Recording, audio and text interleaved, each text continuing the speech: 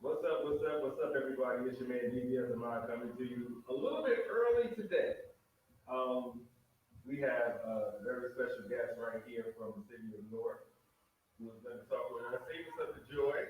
This is Joy Media. Thank you so much for tuning in. Make sure you like and share the video. Please Before like we and share. introduce the guest, I wanted to say that I know it seems like Newark is on fire. We have a lot of negative things that the media will show you.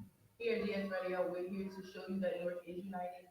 There is a community of people who are here dedicated to service, particularly under the mayor.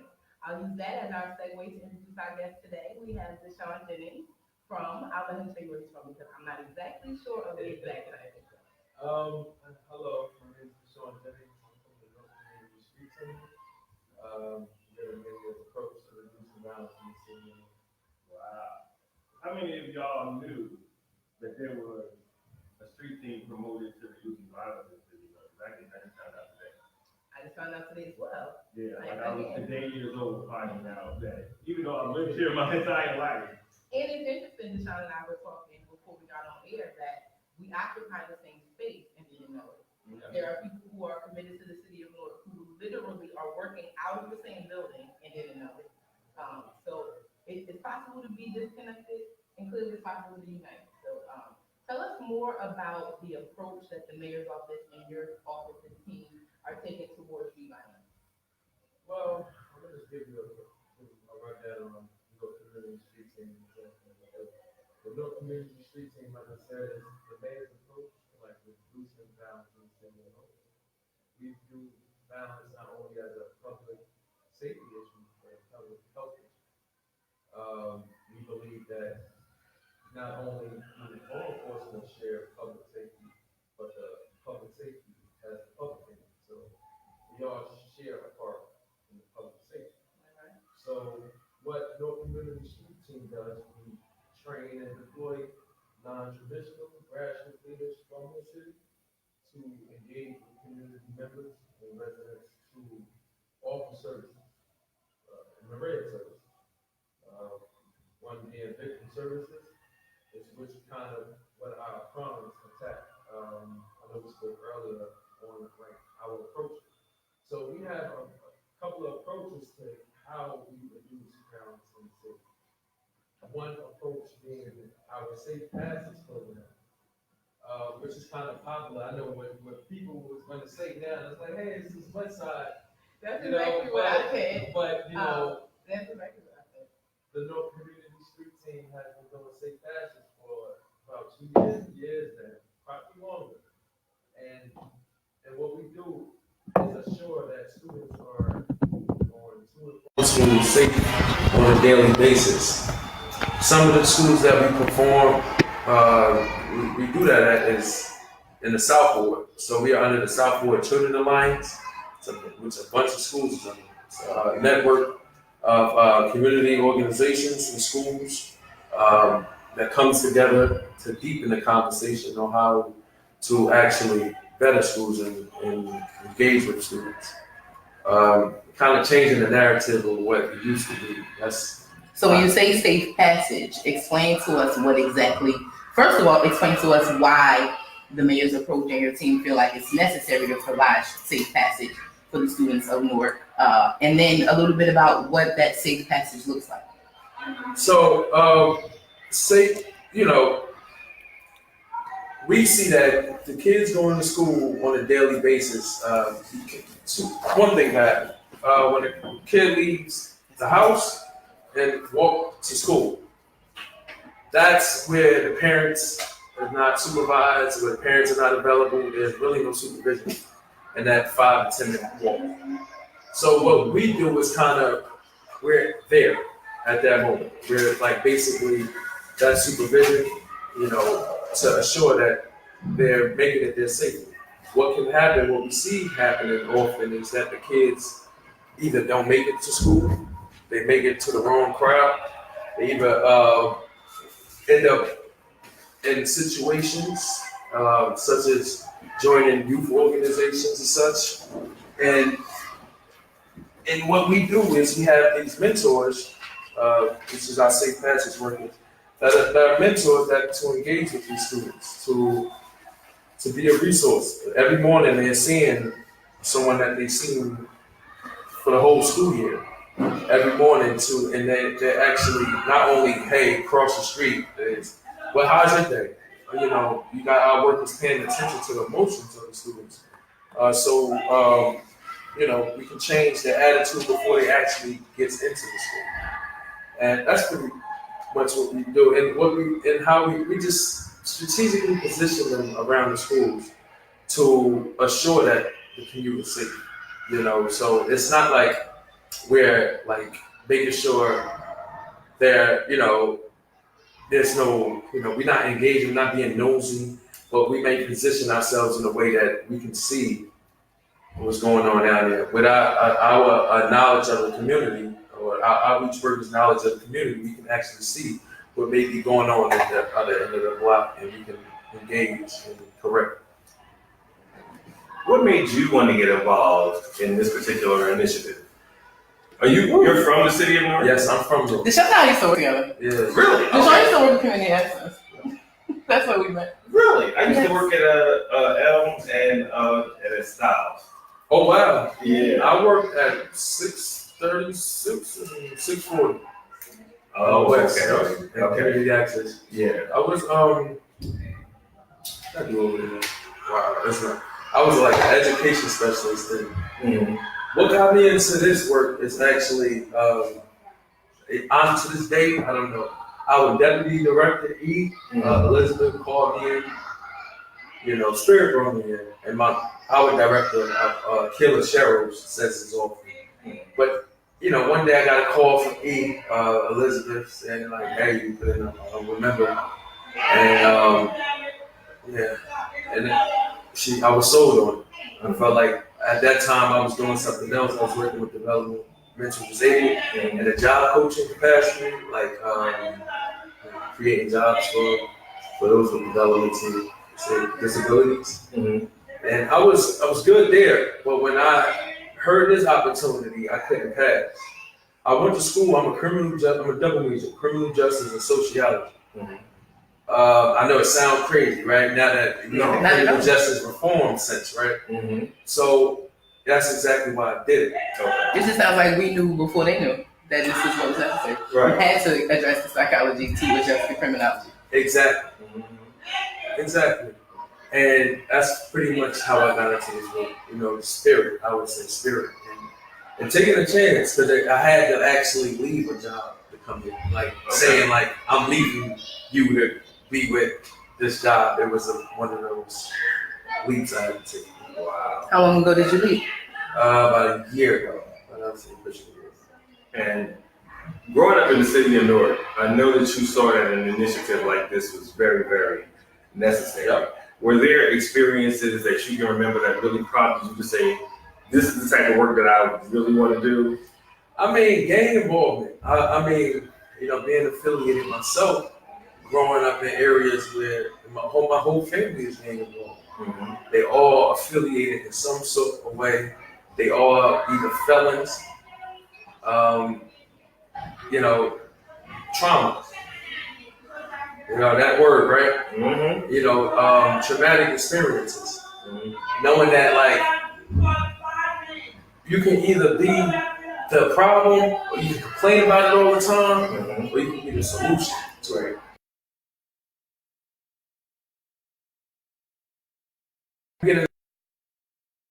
It's the solution. It's like kind of gotta go all out. Absolutely. For your city, and that's the position I am in. Okay. For the city, I love it. Speaking of going all out for the city and uniting for the city, Michelle was just telling me, watch this, I'm about to blow your mind. Did you know that here in this very space at the National Action Network Tech Center, there is a public safety forum, I want to say it correctly? There's a public safety roundtable. It's our South Ward Public Safety Roundtable. Guess how often they have it? Every other Tuesday from 10 a.m. to 12 p.m. And we need media. So, are you serious? Like a heart attack. And so, yeah, it's every our next one is next week. He did it. Our next one is next week. I actually want to take down your emails and everything. Yeah, we're gonna. Once I was call the crib saying never seemed good. Last time you reached my phone for whatever it was, I got to say Some of something. the people, I just want to know, do you know, who are some of the organizers for this? Elizabeth. She's one of them. Okay. Elizabeth Rubin. He is, but he is on the forefront of this, the policy changes. I mean, I want to give an example. I'm so proud of E for this, but this is why I'm gonna give this example because I'm so proud of him. We had Miss Sharon. Miss Sharon is a resident of a community of the South Ward. She lives in this area. She's known in this area. And she came to a round table and mentioned that there was a shooting over on Chadwick. It was the early days of winter day, and school was out early. So body was laying on the ground, right? Kids were able to see it. It wasn't uncovered. It was there for like hours. You get what I'm saying? And Sharon put wind on this. She brought this information to the public safety roundtable, right? When she did that, automatically we had Elizabeth challenging policies. Where's the policy that says that covering the body Has to happen within a certain amount of time. or just covering the body can interfere with the investigation? Because that was always the argument. Like covering the body interferes with the investigation. Where's that policy? No policy. So, as of now, they have to cover the bodies. That's a war, that's a win for the South Ward Public Safety Roundtable. It seems very minuscule in a sense, but the traumatic experience of seeing a dead body is something that don't escape kids. And you know what also won't escape Miss Sharon? Her feeling like she is empowered to change her community. Just bringing that information to someone, particularly when a lot of our elders and a lot of our citizens in Newark feel like no one's listening and no one's going to do anything. And their voice hasn't been heard in so long.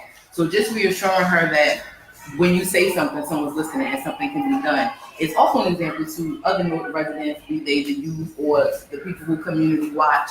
Because when you mention that your safety, I don't want to call it safety officers, but the people who ensure safe passage, they're strategically placed in the community. It sounded to me like we were substituting in the best way our grandmothers who used to sit on our porches. And even if they weren't in your face, they saw what you did down there by the light pole and would walk by you and catch you and pull you up, or that granddad, thank you, who would be pulling out of the driveway but watching you, what they doing. So it sounds like in the best way, we've been able to replace those heroes and those people, our elders who aren't around to do the things that would ensure us safe passage. We had it and didn't know it. We were being watched strategically in the community and either knew it because somebody told you, or we didn't know that we were being safe. That was the village. That was the village. And I think this is an answer to the changing of the village. Because we talk about the village often on this show. All our shows, we talk about the village. And how it's not the same way that it was when we were growing up. But I guess this is the answer to filling those blanks. Yeah. Now, you've been doing this for a year. Yeah, about a year. What are some of the most intense situations you've had to deal with in this position?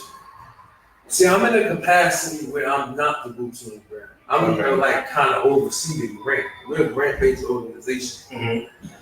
Our outreach workers gotta get paid. HMI gotta get paid. I'm a project manager. So I'm just kind of explaining the grants I oversee. South Ward Children's Alliance, which is a state passage, and Georgia King Village. Okay. So we have we have an office over in a remote office in Georgia King Village, where we provide services to GKV residents as well. But they don't have to be like victims of crime, but you can just need services. Because we do case management, mentorship through a case management. Another thing we've said for years, an ounce of prevention is worth a pound of cure. So the earlier you intervene in anyone's life in the community, they don't have to be victims. And like we spoke about earlier, they don't have to be perpetrators because they were victims. Yep. I'm sorry, there was something else you were saying. I completely. That's my fault. I do it all the time. I gotta get better. You were talking about the case management, and I wanted you to explain that program because there's so many people who need it and don't know that it's even available. So we do mentorship through a case management model. We have mentors Our outreach work. Sorry about that, everybody. My apologies. In the technology center, the Wi-Fi was a little slow, so we had to restart the video. And y'all can all see me. There we go. A little bit more down. Well, when you sit down, okay, well. No, you. Oh, me? Sit down more? No, Or push down a little. Oh, because I'm short. I was going to sit on my There we legs go. too. We were just about to have Mr. Jennings explain to us. There's a case management mentorship program that is run through you guys, right? Yeah. So he was about to explain the mentorship program. Now, when y'all see this on YouTube, it'll be all one smooth situation. But go ahead. So our case management, we have a group of outreach workers who are also mentors. Okay. So our outreach workers, they go out and they reach out to community residents. So in return, they can turn into mentors right then and there. Because what can happen is when they go out, they are able to identify certain issues. They may be having issues with not able to feed their child, maybe child care issues in general, and maybe a domestic violence situation. They may have their life being threatened. Situations and such like that, or just need simple necessities, daily necessities to get through the day. We refer out. We have a community resource guidebook that we vetted out, that we can kind of tunnel each person to that resource. Okay. And to provide them services. We also have a hardship assistance of up to $150 for those in need, each mentee. This is amazing stuff. That can go to like bus cards, birth certificates, social security card. A lot of people need IDs. Food, it used to go to food, but that's what our resources. Speaking of IDs, I work with, so my church, we do a lot of outreach, we do a lot of things in the community, and we'll be having a guest on very soon who works for, I won't say who, but she is committed 100% to making sure that Newark residents get IDs because they can get them for free a certain kind of way if you don't have all the documentation. It's her real job, and then it's like her side passion. So she's interested in coming on the show. I'm interested in her speaking with you guys to figure out, how to keep connecting people to something as basic as an ID. Absolutely. I have, that's one of our resources as well. We vetted out that, we get those IDs as well since we're like city employees as well. Mm-hmm. So, the health department, that should really where she need to go. But I would be more than willing because, that's a process that we can involve a lot of youth. And my thing is engaging the youth through the summer. It's getting the youth involved, getting them out the way. I know that sounds very open, but I can't go through another summer. Me personally, you can't really go through another summer and youth are dying in Carlsbad. Don't you almost want to just every corner you pass? I'll speak for myself. I think about this all the time on some crazy stuff. Every time I pass a corner, I just want to pull over and talk to somebody like, bro, don't die this year. This don't gotta be the summer. I do it. Let it go. Go home, see your girl. Go see your kids. Go to Dorney Park. Somebody love y'all. Somebody is working on y'all behalf. Even if you don't see it, you don't know it, you don't feel it. I don't die this year. I promise you, I literally just want to stop and just tell people that. I noticed with, firstly, taking this job, I thought it was a 9 to 5, but it's not. You knew better than that from previous social work. We can't just come in and ever leave. And especially when you're so right here. Right. The city being here makes it so much more personal for me. It's so often we engage and these gang members, some gang leaders, we try to engage with them. And one thing we started to realize is that they need direction. Everyone needs order. These gangs we call youth organizations because they're organizations that need to add infrastructure to the team. You get what I'm saying? And if we can kind of flip the switch from negative to positive, we'll be doing good. And that's always the motto. We can't arrest our way out of the situation, and that's why the public shares the public safety. And we are responsible for assuring that gang member don't go to jail. So engaging with them on the street corner. A lot of people walk past like that. That's like me. You know what I'm saying? I'll go into the store, come back out, walk right past it. But it's what you can't do. That's exactly what you can't do. You got to be able to stop them because you would be surprised what life you save that night by doing that, you know, because, yeah, that's what I'm doing. So.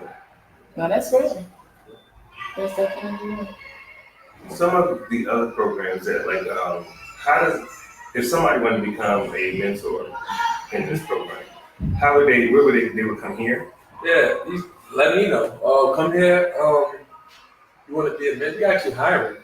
We're hiring right now for What safe in passes the work. what? How long? We're hiring a lot. We got we're hiring for safe passes outreach workers. To start the next school year, to work with the next school year. Mm-hmm. So this would be a good time to send in your resumes. To can I plug my? Please, you can shout out your grandmama in a minute. I know already. We ain't even gonna talk about the personal part, but yeah, go ahead. So you can send your resume to djenningsncst at gmail.com and djenningsncst at gmail.com. I'll call you in for an interview. You know, we hiring. And what are that for people who want to know if this is something that can fit into their schedule? What are the hours? What are the safe passes like crossing guard hours? So it's like from 7 to 9. I'm giving y'all a rough estimate. It may change depending on the school. So it's from like 7 to 9 until from 1 to 4.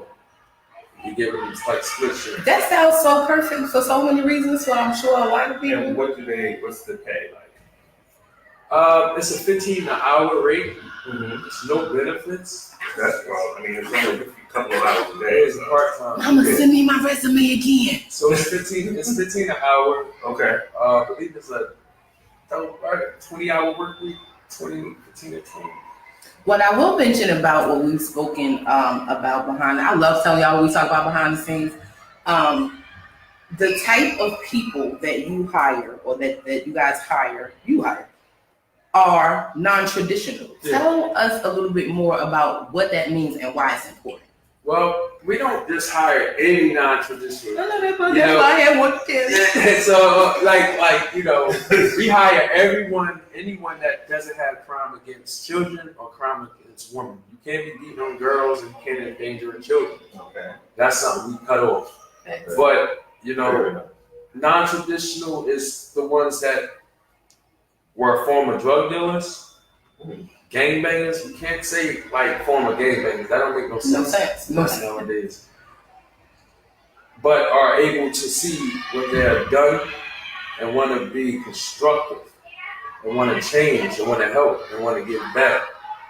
That's who we hire. Yeah. I want to paraphrase what I heard.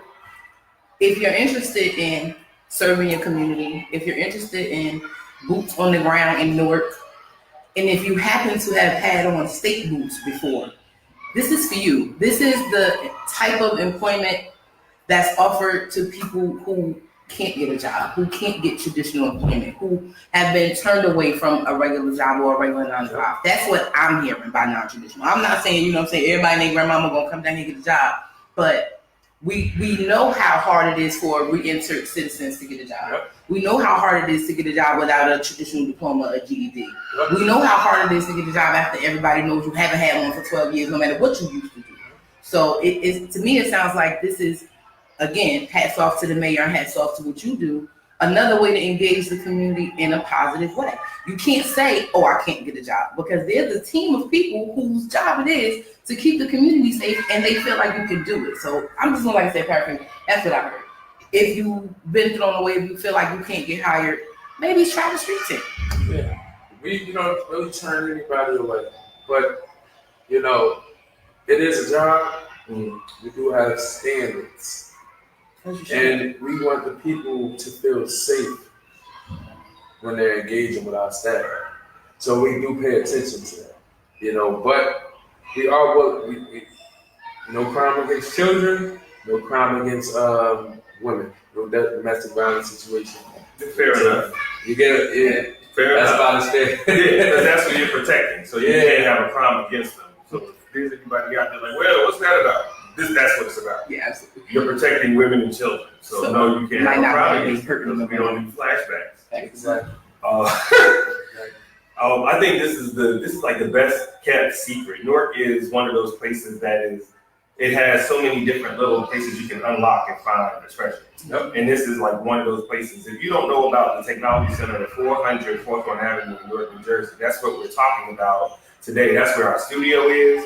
That's where the safety initiative is. That's where DASHAAN works. And we gonna hear some more about what is going, because this is downstairs. Yeah, it's in the basement. We just actually landed the office. You know the building in West Bigelow? What's been the old police state? Yeah. We got it in there. Are you You found serious? out when they reopening that joint. That's interesting, because they used to have a preschool up there. So we go there every time, man. Let me We find still out. got this office downstairs. Our victims advocate gonna do that, but like. I just took some pictures of that building, that area, That a was what couple I of wanted weeks to ago. ask you about earlier. Glad you said that, victims advocacy, because there are a lot of people who don't know that there's a victims advocacy. They don't know that there's victims compensation. They don't know a lot of those things. So you work with those different. Absolutely. Okay, So can you tell now us? that's pretty much how we attack. I'm gonna explain some of the problems. So I was saying that we the mayor's approach to reducing violence in the city. So we have several problems to that. One being HVIP, Hospital Violence Intervention Program, the HRI, Safe Passage, Mentorship through a case management module. And we also offer trauma support, healing, Wednesday to Thursday, 5:30 to 6, I believe. Seekings group is that's Is that the Seekings way? therapist, huh? Do I see them? Yeah, you see it. You don't see him? I think I know one of them. Yeah, he's Wow. a therapist. He won the Sounds Music Program or some kind of. Possibly, I'm not sure. I was sure. up to check. And so we offer trauma support. So all of our staff are operated through a trauma-informed lens. We don't ask what's wrong with you. We ask what's happened to you. You get what I'm saying? It's a difference. That's right. Once you can figure out, if you ask somebody what's wrong with them, that's the outlook you look at it. If something wrong with you, we're going to be a little bit, you'll be some resistance. What happened to you, understand it. So all of our outreach workers perform through that lens, and, so our problems. So we got an HVIP, I explained that, a hospital violence intervention program where we kind of reduce retaliation right there. At the bedside At is the what it sounds bedside. like to me. At Like, the bedside. bro, don't even get up and try to do that Yeah. because that's not the move. Yeah. And we're going to help and we can support. That's what I'm hearing from you. Yep. We have an outreach worker. We 24 hours. We respond to the hospital 24 hours. We have an HRI team. That's what they do. We have workers in the hospital from 9 to 5. After 5, we have a HRI team to respond after hours. So for those that getting hit after hours, again, we have our HRI to show up and make sure you ain't gonna go out there and retaliate. Those are our boots on the ground, but we don't just say don't retaliate. We go, what services are needed. We get the intake and we consent them. We don't like the cops. What happened? You want to sign? We let them sign consent, and we follow up in 24 hours and kind of provide services and that. Also assess them. They can be assessed at that bedside from level 1 to level 5. If they're level 5, they're high risk. So our high risk team interventionists are automatically in the streets. Why we can't let them come home and get killed. So who's doing it? We get the information and yeah. That's it, man. I didn't know there was something so Bro, involved it's blowing my mind. in the city of Newark.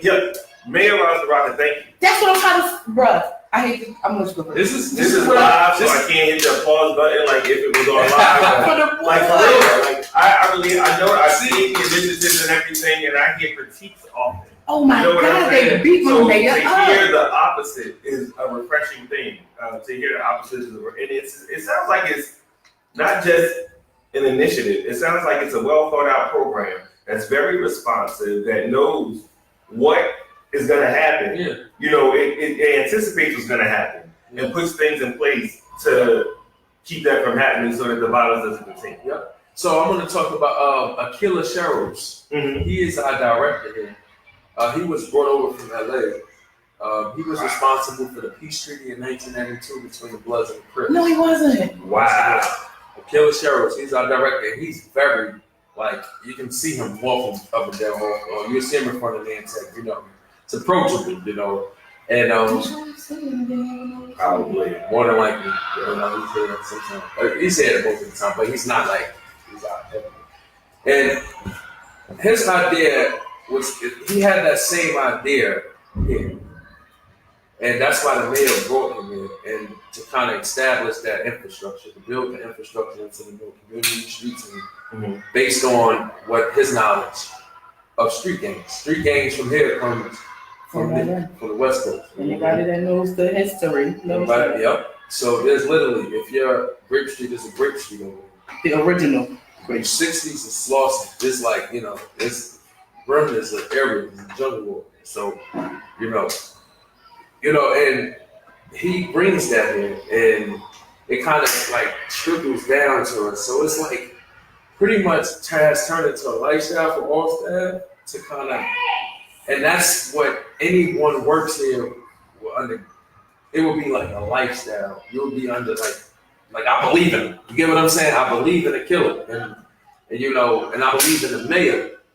And if you can do that, everything pretty much fall into play. I know a lot of people come back and like, what are you really doing? What are you really doing? But those same people gotta look in the mirror and ask themselves, what are you really doing?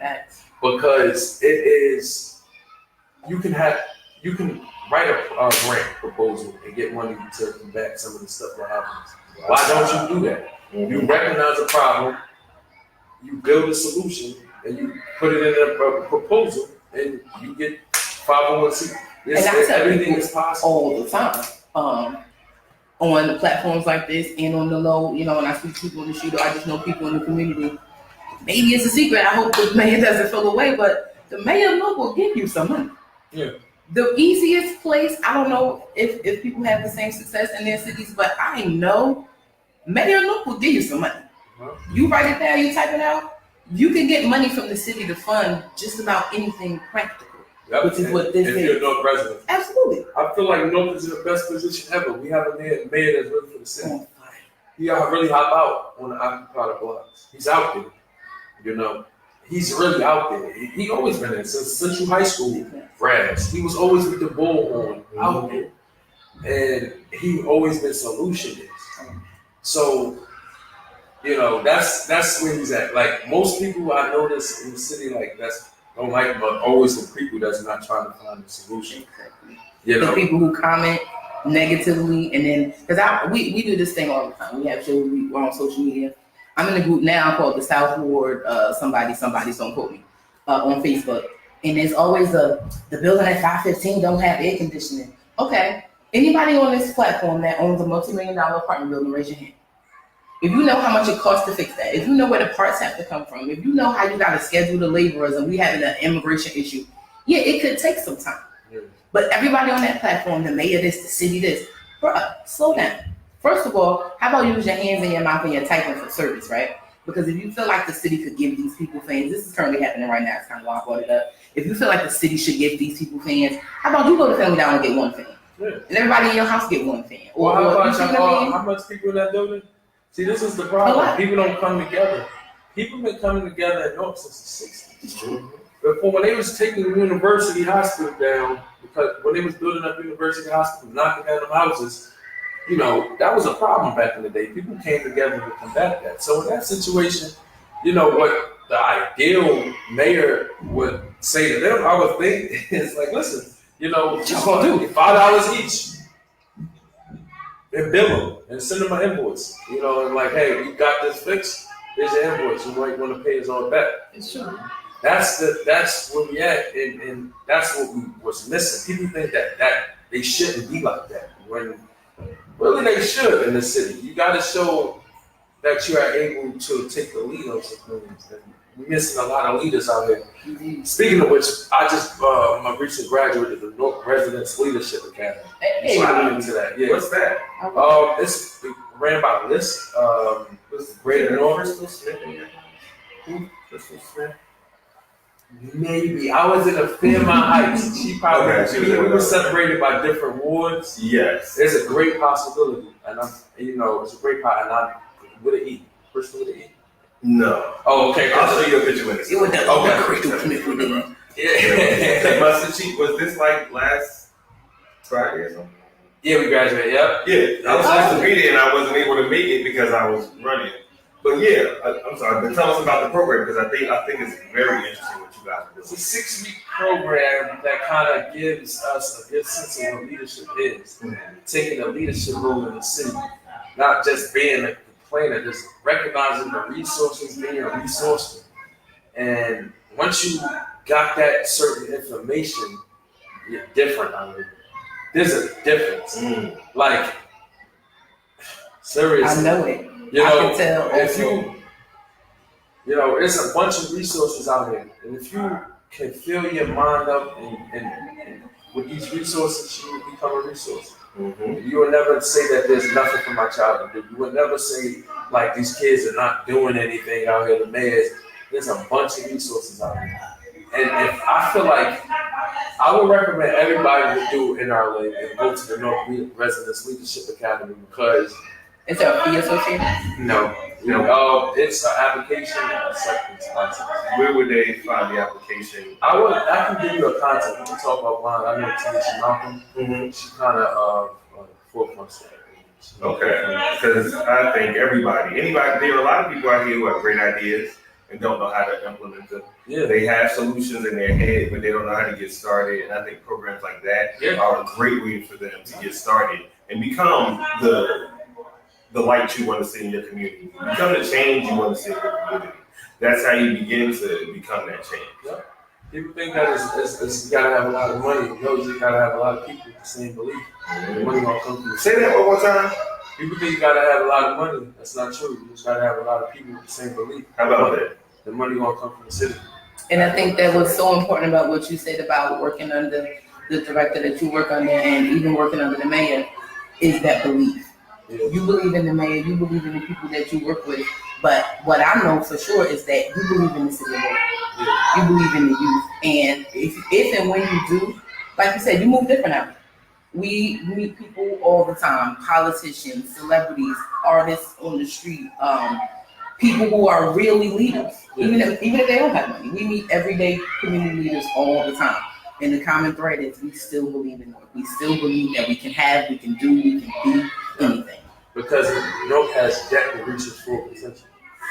Like, And we're closer than ever. People want to got this vision of North, or where it should be, but they know that there's certain hindrances to it, and you know that the hindrances are not greater than the large, the bigger picture. Now, what do you see as some of the biggest hindrances in the city?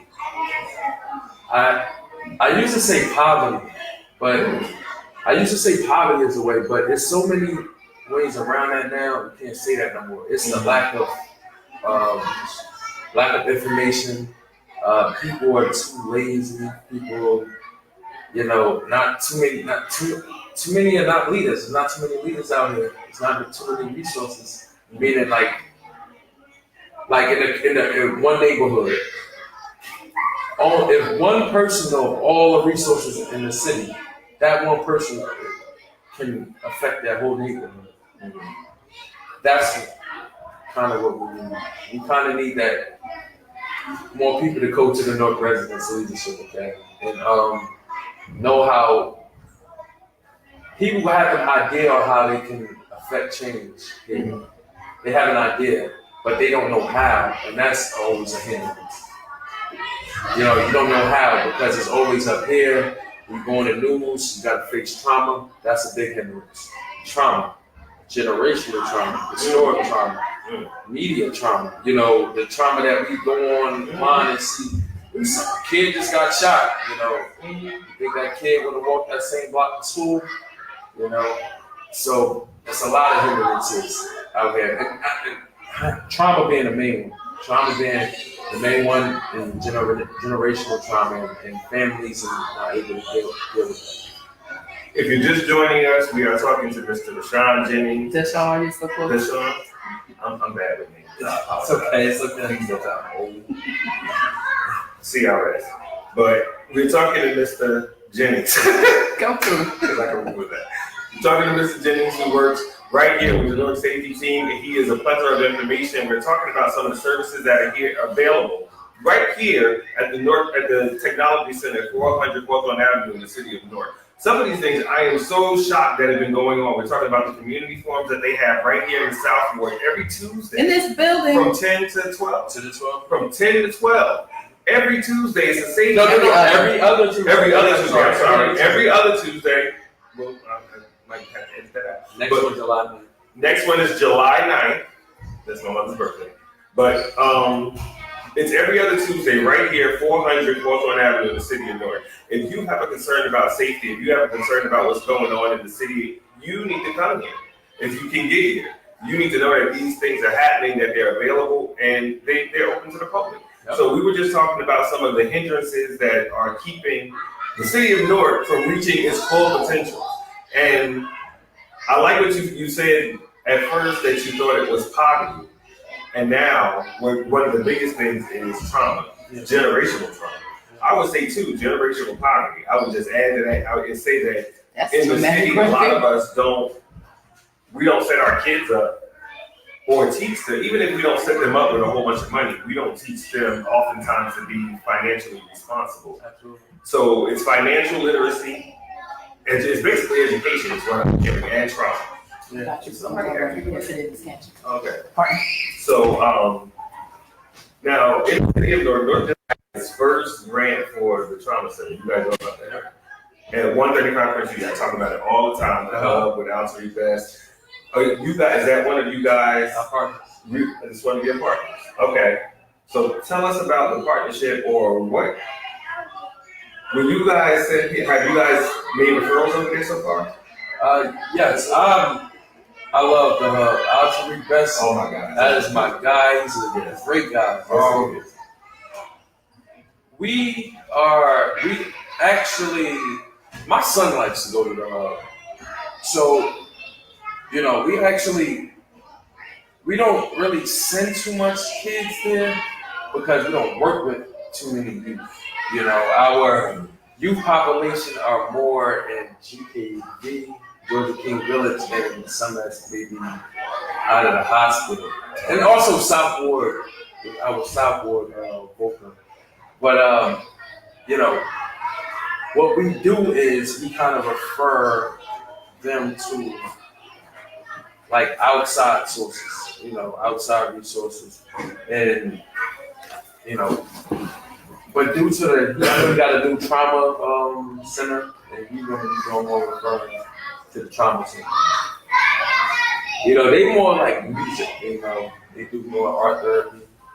Art therapy. Unless, you get kids that love music, that's we will get kids that love music. I was about to say, like, they take in, when we were in school, music and musical programs and things like that. They use art to keep us off the streets. Yeah, arts and different things like that to keep us off the streets. Those kind of programs, you say they're doing it as a hub, are there more programs like that? Yeah. No. I know that's right. No. If not, that's why the hub is so unique, because they are able to. They're different. They're in this, like, right on Prince Street, as a studio. But that's what draws people in, right? It's the studio, and I want to work with kind of, me and Auntie need to have a conversation to kind of engage more youth around, So basically, I'm gonna jump in. I'm the Kanye, and that's the Taylor Swift. I'm gonna jump in most of the time, even when I shouldn't. What it sounds like to me is that you would like to work with GS Radio and Just Joy Media to do some type of mentoring program. We use radio, we use the board, because shout out to Engineer Cash Money who just made it in the building. You already know when you work hard, it take a while, but we know, and I'm gonna go back to our social work experience that we used to work together. We know how talented these kids are. Mm-hmm. We know that the young man who was removed from his home, having been home in 6 years, been in 18 foster placements, will take his broke ass iPhone 6 in a bathroom and record bars with 6 other dudes. Mm-hmm. And they got it. Yep. So what I hear you saying is we can use radio, engineering, music, production to draw these kids in, to give them a program, write a grant proposal, and make it accessible to them. Yep. And, and also harness the talent in the city. Yeah, and keep it in city. Because what things I see that happening because it's harder. Things you gotta make money to upkeep certain equipment, musical equipment. It's an upkeep. It'll be an offline conversation. It will be. Yeah, but, I just got me a whole grant. What you talking about? Yep. But yeah. So I feel like that's a great idea, actually. It is. I feel like that's a great idea. I feel like maybe I may even drop this on you a couple years back when we did work together because I always felt like the agency I worked for had the money and the time and we could use it as an incentive to keep these kids in the program. Yeah. If the man who run the program, the agency, had put one studio in one location, would have been able to, and I'm not just talking about the benefit to the kids because that's a given, but from a business perspective, the way you keep people in those beds at that agency is keep them kids coming in. They can't be AWOL for a certain amount of time. I assure you, if we were able to offer 4 hours of studio time at the end of the week, kids would come. They would go to school. As specialists, that was my position when I left on vacation, self-care. So if I was able to offer, hey, look, them bees, if you bring them up to age, we'll make sure you can get with little man, or we can get you, or you'll have more studio time. We could so use that, and we could still do it. That's what's needed. I'm sorry. Like, it's not so much. I'm sorry. No, I just wanted to read a comment from somebody before it got too far up in the feed. Taisha Hopkins Hill.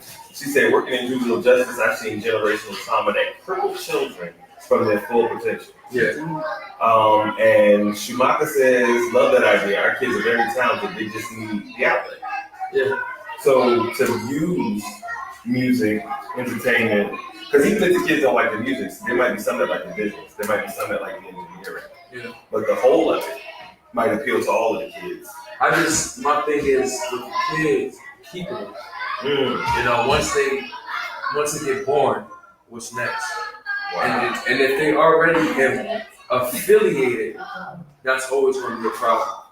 And you know, we like to get those ones Even that gang affiliated. Yeah. The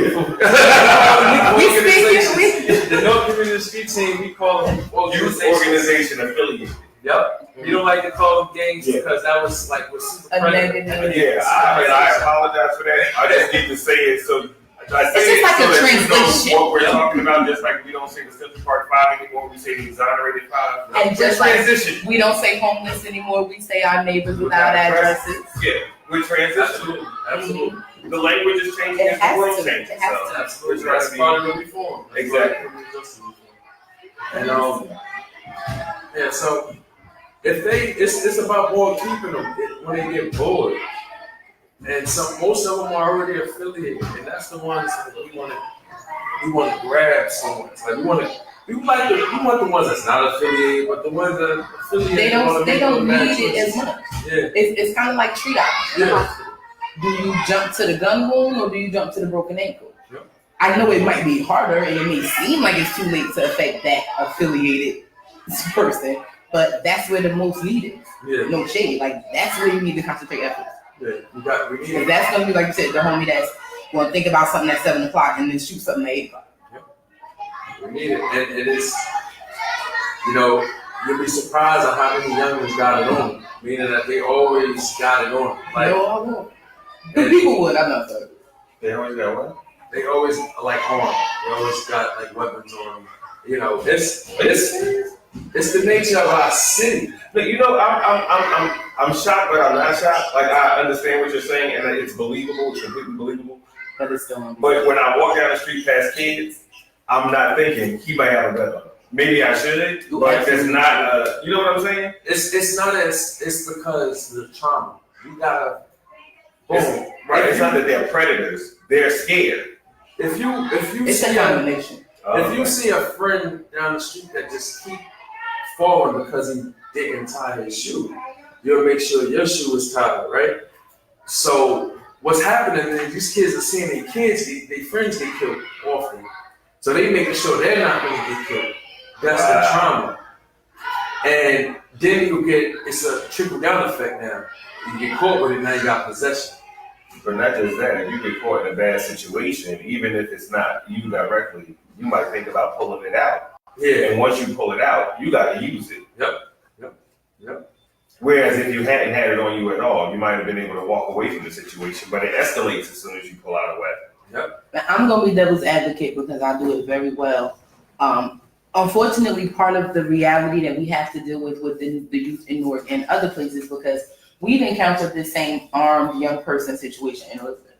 When I worked at the youth shelter, I used to overhear the conversations of some of the young people, and they would talk about these guns that I can't even pronounce with numbers and symbols that I've never heard of. And I used to hear it on TV, or I used to hear it on the news that, young people 16, 17 shooting somebody, 15 shooting somebody. And I'm like, these boys, they got no gun. They walk around, they got no gun. But I'm at the table and I'm hearing these dudes talk about what they had and what he had. And he left at home and now because he had it and he was supposed to. And it's real. It's really real. It's really sad that unfortunately we think that they all carry for protection. We think that they all carry to make sure that nothing happens. But the reality is some of these dudes are predators. Some of these people are initiating acts of violence. And we also have a situation where you could get caught legally with a gun or you could get caught in the streets without one. Then what? Right. Because unfortunately, you go to Georgia King Village and you the only one without it, guess who's not coming home? And that's real too sometimes, unfortunately. But down to they shouldn't have it. You can't. It's true. They shouldn't have It's true. guns, but here's things be broke. Our brother Byron say often. It's true. Things broke. They don't know how to fix it. They're not on the train. It's true. And you can't drink and drive, so you can't drink and shoot. 9 times out of 10, they all off some type of I like to call it medicine or opioid or something. A substance, right? Yep, some substance they off, and that's messing up their logic. The logic that's already impaired by the trauma and the lack of education. And hasn't developed yet, because we talk about kids. So you haven't even developed yet. You're already taking substances that are going to diminish your capacity, possibly incapacitate you indefinitely. And then you're going to pull out a weapon that you don't even fully understand to shoot to harm somebody else. So that's what's it. happening. See, but this is that child with the weapon, right? The police officer approach is what's wrong with you. NCST approach is what happened to you. So we do a trauma-informed lens. We know that we're gonna have to get him. Because that's going to get you locked up. We recognize what's going to happen. We know the laws. We know the law. We know how they're going to play on you. You know how they're going to send you home with the bracelet. Then, tell you not to go 25 feet. You're going to go 26 and you're going to end up back in the same position. It's going to be a trickle down. You know what happens when they see us. Exactly. So we make sure that we nipping it right there. And we know we can't arrest our way out of a situation. We need our babies. We can't. It's a bad decision. We need to let them know that these are bad decisions you're going to make before the cops do. Because the parents are not parents as much as we like to think they are. They're trying to go out and hustle just as much as their child is hustling. But back in the day, parents used to be so secretive with their issues. Like, I can't afford this. I can't afford this. Now it's so vocal that it makes the children feel like they're obligated to do something about it. So they're going out to hustle. They are maturing early, and because of the maturation, it's causing them to adhere to certain communal issues, like having to protect themselves and stuff like that. And being the adult in the house, having to feed the family or provide for the family. And that's what we see very often. And that's what we see often. And those are kids we kind of want because we recognize the leadership. Now, how many kids do you guys case manage at a time? About? Wow. I can give you and it depends per grant. So we may have GKV, we may be serving about 60 now. We have our Southboard Children Alliance grant, we may be serving about 75 mentees. We have our Hospital Violence Intervention grant, we may be serving 60 mentees. Okay. We have Safe Passage, which under the Southboard Children Alliance. That, they get our mentees for us through that, through engaging in Safe Passage. And we may have we have mentees are random, so it can be a number of anything. It don't go like, we don't have like a set number, it goes like by grants. Okay. So And how many grants run simultaneously about? Too many. That's what I was just thinking about it right now. It's like, yo, it's so many. Did I hear you just say that there are too many grants coming down the pike in the city of Newark to address things that are happening? It's what we do. It's like what we created for ourselves, the opportunities that we created for the community. So, we got JJC, Juvenile Justice Commission grant. I don't want to talk too much about it, but that's a grant with a reentry program. I was going to ask that earlier. Do y'all guys have that? Yep, to combat recidivism for juveniles. So that's coming down. I'll be doing the mentoring on that one. Someone else will be doing the case management. Yep. How many, if somebody, okay, so again, it's here, but to disseminate the information that you guys have, what is the vehicle that you guys use? Like, do you guys take this to other social service agencies? Do you just partner with them and trust that they're going to give referrals to you guys? Like, how do you get this word? Because people don't know this. People don't know it's No Community Street Team because we are, we need to get a website together. We need to get that website. You hear that? They don't know it. Get in touch with Just Join Media and get your website together. That website. I know that's right. Definitely. So, yeah. I would talk to you about everything. You looking at the financial literacy dude over here.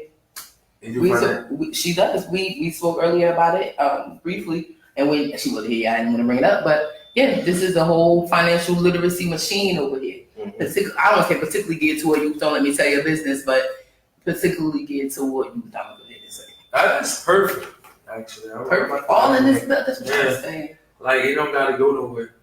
It can't go nowhere. It has to stay. Yeah, we keep it in house. Have to.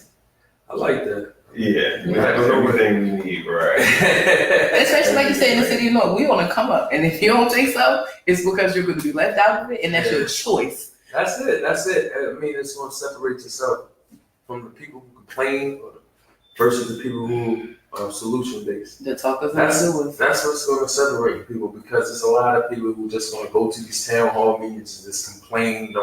The mayor's like ears off, but you don't complain to somebody solution based. Right. I literally seen someone come with, hey, man, I see this problem, there's a solution.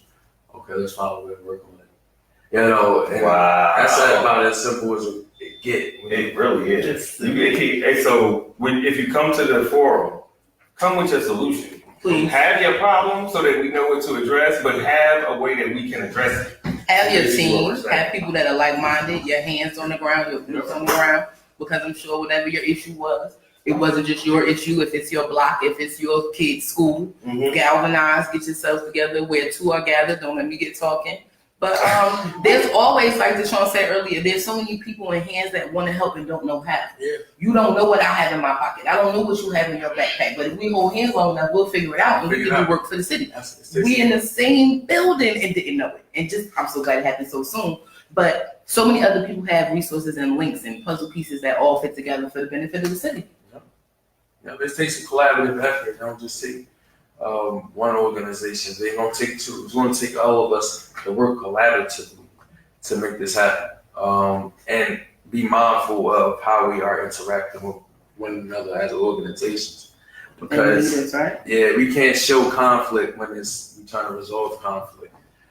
And that's the biggest thing. And heard that. Yeah. I heard it on a national level. I heard it. For real. We must look like fools to the international community because the things that America has going on, from the politics to the kids to you name it, we a mess, and everybody can see that. So that hit me hard. Like we talk so bad about Trump. You know what I'm saying? So that's another thing we expect. So we're gonna expect people to believe in the country, right? Media talk so bad about North. So we're going to expect the youth to believe in changing North. So that's it. The money's come from combating violence, combating the crime here. When crime stops, money probably will stop as well. So I think crime needs to happen for sustainability. Wow. Similar to the idea of the imaginary war on drugs. When we had to fight the drugs that they brought here and then they created agencies to combat the super drugs. predators, the super predators. any baby that comes out of a woman or that's drug induced. It's a super predator. You mean that? You know, Jewels all over the place, just jewels all We're over talking the about place. the propaganda that is spread in order to spread fear throughout society, so that you Can be can subject. be looking side-eyed at people who don't need to be looking side-eyed at. It's despicable the way that those types of campaigns are run. But what I wanted to ask, if there were anything, because you guys cover so much. Like, again, I wish I had an applaud button to just for the whole thing.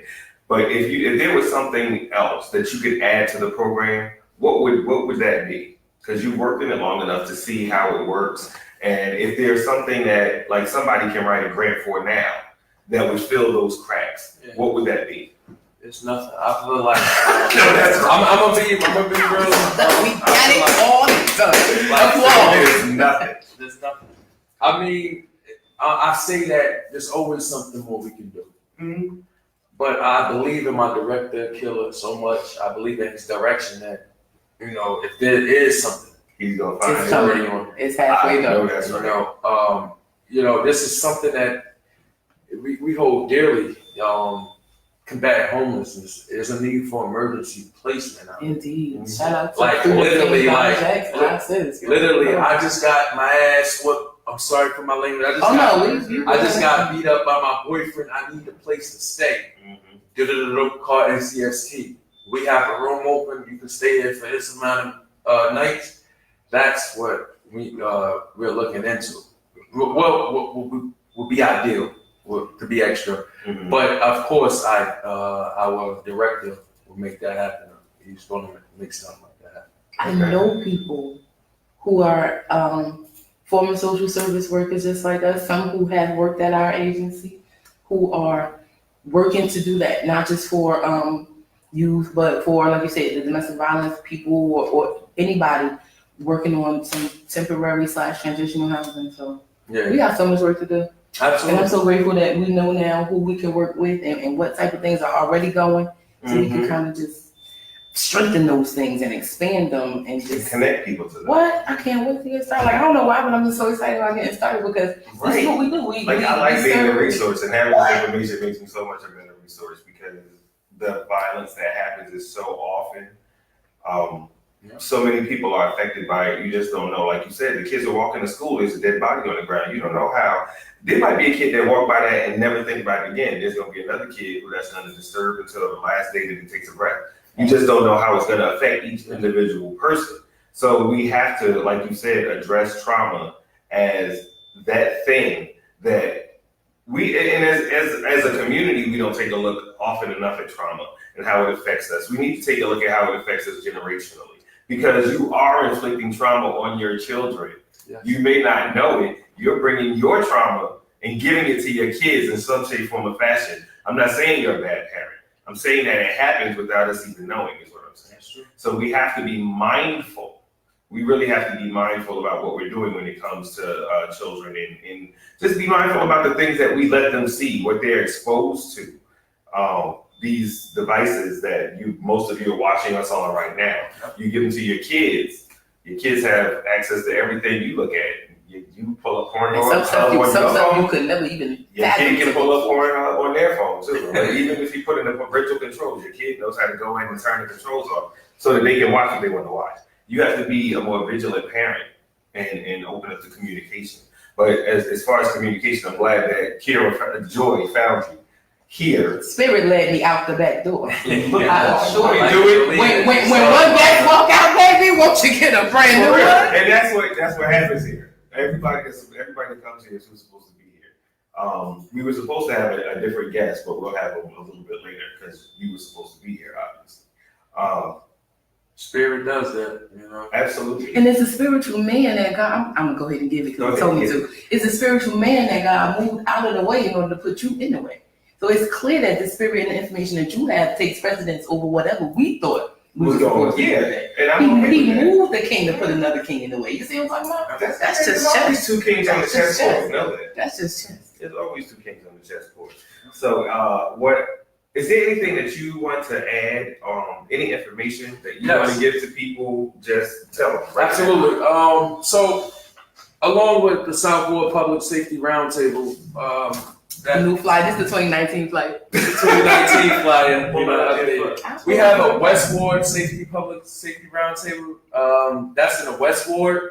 So we also, the company, we serve the South and West Wards of the city of Newark. Now read it to them, please. I will. I'm gonna let the brothers speak, and then we'll have all this information. We'll link everybody. We'll tag it, and then we'll do some YouTube stuff with it. I don't speak those words, but go. Thank you. So, you know, just like the South Ward Public Safety Roundtable, you can come out to the West Ward one. This is basically a discussion around community-based organizations. Shouts to friend to the show, Joe McCullum, Councilman. Community residents and also policy leaders and change and advocates that kind of deepen the conversation on trying to, you know, change the things that happen in the community and for the better. So that conversation is deepened. This is a solution-based roundtable. It's not just a place to come and just let out your frustrations. Please know that if you come here, like, we take whatever you say seriously, and we always look for a solution. And that's just the way Elizabeth E runs it. You know, E runs it like that, and you know, Nice. and that's our deputy director, E. Yeah. So we are located at 400 Hawthorne Avenue, Nantucket, in the basement. If you have any mentees, or if you know anyone that's looking for a job or wants to volunteer, please send them to me. Let myself know, let Joy know, and we'll get to you immediately. Some information. Was there anything else you wanted to? I know you'd be a good brother from working together with you. I also know that you believe in Newark like I do. You believe in these kids like I do. I want to know what's next for you. What are your personal aspirations in terms of work, career, the city? Where do you see yourself in the city coming up? I never thought I would be saying this, but I Say it, see speak it, I see speak it. Well, I'm going for the fire department. Okay. You know, I know that's right. and you know, and I'm gonna still be doing this.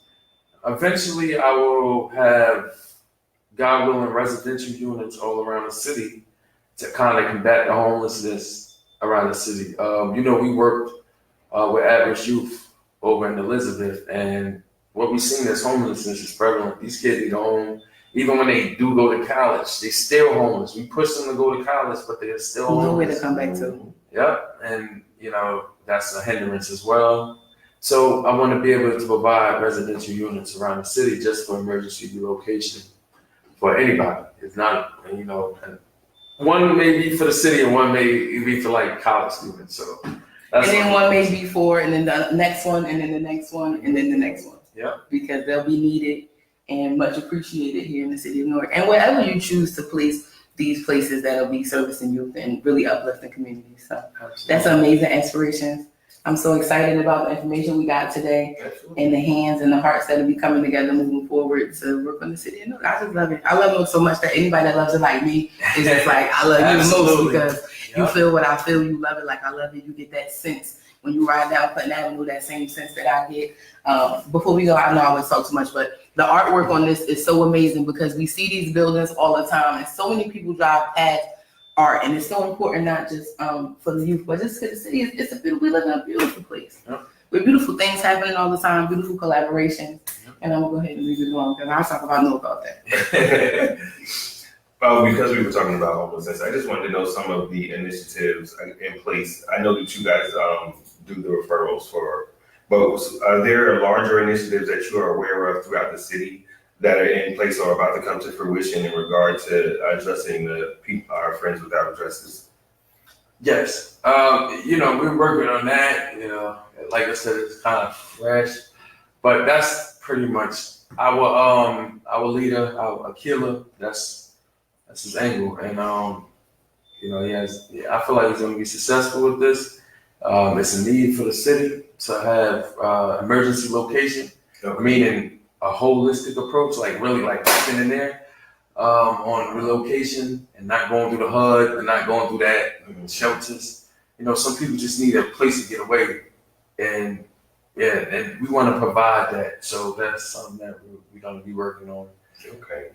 So for those of you who are feeling a little hopeless, who don't feel like the city cares, who may not feel like your problems are being heard or addressed, they are. They actually are. And these forums are the place to come so that you will know that your problems are being addressed. But when you come, as we've said before, bring solutions. We want to know how we can help you, not just what the problem is. Yep. And I also want to, I just want to plug this right here. For those like trauma survivors and crime survivors and victims of crime, once, when you're a victim of crime, you physically are damaged in a sense. And you get patched up, told to go home, and that's that. But you got to deal with the trauma of it. You got to get over it. You got to recover. So we have a crime survivor support and discussion group that happens every Thursday from 5:30 to 6:30 p.m. So I'm going to invite everyone to this. It happens here at the basement every Thursday, 5:30 to 6:30 p.m. It won't happen this Thursday because we'll be out, but next Thursday we'll resume this. We have a therapist that comes. He's a great listener, and he's free. So. Yeah, this Thursday, 4th of July. Y'all know that, right? Okay. So I'm going to see this basement right now because apparently I have been walking over one of the greatest things happening in the city. Ain't that what the diamond is though? Under the dirt. I don't want to go there. Don't make me go there. It's always up under. It's under your foot. Up under something. So we are about to get out of here. We thank y'all for watching. Everybody who came through. DJ Big was in the room. Catherine White, Taisha Hopkins Hill. We had Christina, Wally B. There were some others. We had Schumacher, Deborah Thompson, everybody who because I guess the feed refreshed or whatever, and it won't let me see everyone. But if you were here, I thank you. I appreciate you. I love you for watching. I thank you for listening. This is RPB. This is Just Joy. This is DASHAAN, right? Yep. This is DASHAAN Jennings. Yep. He is with the Safety Initiative right here, 400 Hawthorne Avenue in the city of Newark. There's a lot of other initiatives under that. When I say safety, think a holistic approach to safety. Don't just think your personal safety, but think a holistic approach to the safety of your lives, the safety of your children, the safety of your family. That's what's here now. So if you want to find out, again, there is the North Heel Initiative, Crime Survivor Support and Discussion Group, not this Thursday, next Thursday. But it's usually every Thursday from 5:30 to 6:30 p.m. right here at 400 Hawthorne Avenue, and it's in the basement. If you need more information, the number is 973-399-1003. There's also the South Florida Public Safety Roundtable. It's every other Tuesday. The next one is going to be July 9th. That's also here, 400 Hawthorne Avenue from 10 a.m. to 12 p.m. Arrive by 10 and get entered in a $10 raffle. It's going to be coffee and fruit. And you're welcome. If you need more information, 917-628-1330, or you can email Elizabeth R. at amplifyinc, all one word, .org. Again, Elizabeth R. at amplifyinc.org. And there's the Westward Safety Roundtable. Join the discussion. All are welcome. That's Thursday, June. Oh, that passed. Right? Westwood. Okay. So the Westwood Roundtable, upcoming meetings is the next one is on July 25th. Oh, okay. I'm sorry. I didn't see that. Sorry, I didn't got to read that. Okay, so the Westward Safety Roundtable, the next one is July 25th, and that's at 269 South 9th Street in Newark. Yeah. Freshmen served arrive by 6 p.m. and you'll be entered in a raffle, a $10 raffle. And the South Florida Public Safety Roundtable, which is July 23rd, arrive by 10 a.m. and get entered in a $10 raffle. Again, that one's here. Our next one is on the July 9th. And then the one after that is on the 23rd. And the one after that is on the 23rd. So the 9th and 23rd. If you can't make it on the 9th, come on the 23rd. All right? That's it. I think we're about to get out of here. Much love to each and everybody. Much love to everybody on GS Radio, everybody out there watching on YouTube, everybody on Facebook. And if you're seeing this anywhere else, well, goddamn it, be that good. But we're about to get out of here. So this is RPB. My name is DBS Ahmad. Just Joy Media, you already know. And my man, DASHAAN Jennings. We got Cash over there in the building. She over there holding it down. I'm about to go see the basement. Yeah. Get that in for me, please, baby. I have to show arms. It didn't end. It didn't end. Yeah, it takes a second. Okay. Yeah, then you got to do that. Okay. And then you got to take